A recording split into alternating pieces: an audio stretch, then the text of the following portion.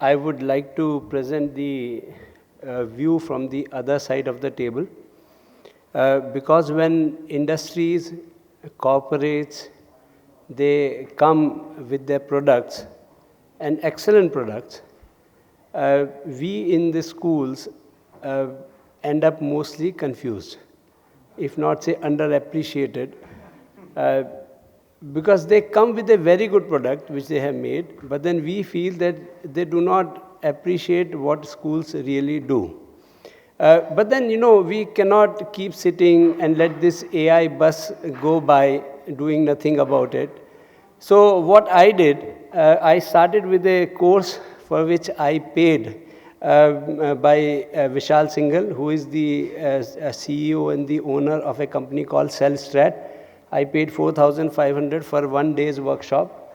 And he gave me a very good perspective, overall perspective of what AI is. Then I did an online course hosted on Coursera by Andrew Nu, Neural Networks and Deep Learning. And I also made one of my colleagues do it because he was better in programming. I'm at best a hobbyist, cannot even be called an amateur programmer. And then I made even 8 students from class 11 to do that course. And we wanted to try out something in AI. So what we have in schools, and if you are from a school background, you must be having similar things. The pre-board paper, it covers the entire syllabus. And there are usually 2 pre-boards. So when that pre-board paper is set up, the teacher tags every question. One for how many marks, the maximum marks that question carries, which unit or chapter is it from, and is it from, say, knowledge-based or application-based kind of thing, or memory-based kind of thing. So they tag it for something. And when they are checking the answer sheets, they open up for one student at a time, and they enter marks for each question. So what we were using it for was that, one is that there is an additional work of filling up marks for every question, but then the teacher need not do the totaling. Then no student can attempt a question twice, which many students in school, they try to do. Then conducting PTM is very easy. Like say, where is your child lacking? That gives you a very clear perspective that your child has done very well in electrostatics, in optics, he has more or less not done anything, or so you need to concentrate on wave optics or ray optics. Becomes very easy. Because parents, these are the type of questions parents ask, what should my child do to get 95 in the board? Those are the usual, where is he weak, what is his weakness? Now, if you see, an experienced teacher and an amateur or a new teacher, they look at that sheet in a different way. A new teacher would look at the marks and say, now he has got 55 out of 70, say example in physics, add 30 of practicals, and then with time, because by the time board exams are conducted, the child will show some improvement, so this child will get above 90. Whereas an experienced teacher looks at something more. Say the child has got 6 out of 8 in electrostatics. Is it that he has lost half mark in 4 questions? Which shows a very different kind of the corrective steps to be taken. Or is it he got 6 out of 6, and 1 2-mark question, the child might have either skipped out that topic or doesn't know that topic. In that way, the corrective steps are different. Then something that very good teachers, very experienced teachers can do is, a child has got 55, another one has got 49, but the teacher can see, this child who has got 49 has got the marks in topics which are difficult to master. And now the topics which are left are easy to master. So the child getting 49 has a better chance of scoring 95 in the board exams than the child getting 55.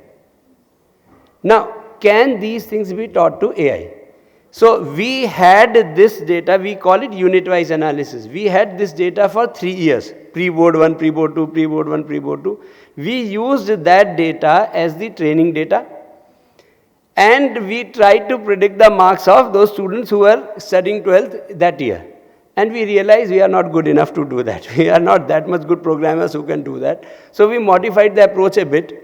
If the child scored, say with that data, if the child scored 95 or above in the boards, 1, did not score 95 or say scored below 95, 0, So we marked it as 10, 10, 10, 10, then trained it, used a simple logistic regression, simple functions like sigmoid, ReLU, this gradient descent, etc., which are, for at least for a man like me, this is easy math. And we tried predicting, will the child get 95 or not? Now that was one simple application. We did not share it with the students, by the way, let me tell you. Because I said I cannot even be called an amateur programmer. I'm a hobbyist. Now what if the child gets this message that AI has predicted that I am not going to get 95 in board? That would be a very big disservice. You all are associated with education. In education, not everything is so straightforward as it appears to be. The child, it's a life. You cannot play around with lives like that. But we kept it to ourselves. I said, let's see. See, the program had around 60%, those who are from artificial intelligence field, the confidence level. But in reality, that prediction was around 85% correct. That whatever that program was saying, these children will get 95 above, that program was more than 85% correct in its prediction. We never shared it with the students. So now there are other places where we can try it out. This is one thing there where we tried, because it was easy to program this much. We say we are not a company, I'm not a person who is supposed to prepare a product. But then I cannot talk about artificial intelligence intelligently, or even talk to companies who work in artificial intelligence. I cannot talk to them in a sensible manner unless I know the basics of it. There are other places where AI has big scope, and we agree that in these pockets AI can help a teacher become a better teacher, a more efficient teacher. When it is the other way around, the AI companies tell us how you should run the school, we feel very insecure. Say for example, any teacher, say if a child has a problem in a subject, and say you as a parent, you go with the child, or the child approaches the teacher, they start with some kind of questioning. Infinite resources are there on the net to question. And then according to the answer, either the teacher steps back, goes down, or moves up, and then to ascertain whether he has evaluated the child right, they ask one or two questions more, and then they say, this is what your weakness is, and this is the material you should study, and this is how we are going to evaluate you after that, whether your problem is taken care of or not. Now I'm telling you, this can be done. AI can do it as good as an experienced teacher can. Because time after time, they see that pattern. That when this was a problem, when this was the evaluation, then this is the material which was referred to by the teacher, and this is the way he evaluated. Can be done. Another thing that we tried to do it, then not only I ran out of my savings, but I feel I'm running out of my time also. Cameras can catch the emotions on the face of a person. It is easy to predict that whether a particular child is feeling down today in the school or not. It is very easy to predict. But then, as I said, in education, not everything is so straightforward. The moment you try to do it, there would be hundreds of people shouting that privacy issues and you are intruding into the life of the people and XYZ kind of things. There are scopes. There are, say, just 3-4 examples that I have quoted to you. There are examples where we are, say for example, what is the relationship between a child coming late to the school and getting 95% in boards? That is something that every parent wants to have, the end of that year result. Did my child get into IIT? Did my child get... Success matters. Now, even for an experienced teacher, I said an experienced teacher will look at that unit-wise analysis in a very different way. But these are the things where even experienced teachers, they fail to find patterns, which artificial intelligence can do very easily. The best that it is at finding patterns. Every now and then, a child is seen in the corridor.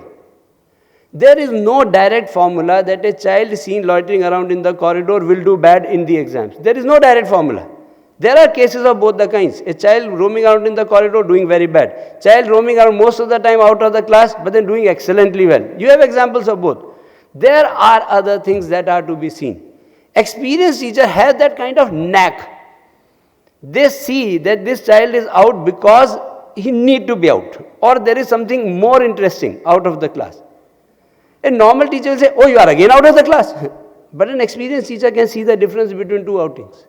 Artificial intelligence can do that job.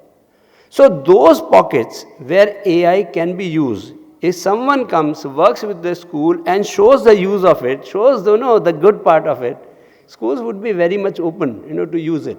Otherwise, as I said, there are ethic issues, and sir raised it up very effectively. And you can't ignore ethics. You simply can't say, no, brush it aside, let's first have a good product, top class product, and we'll talk about ethics if we have time. No, it is equally important. And he took it up very well. So I think I have taken up my time. Thank you so much for this patience.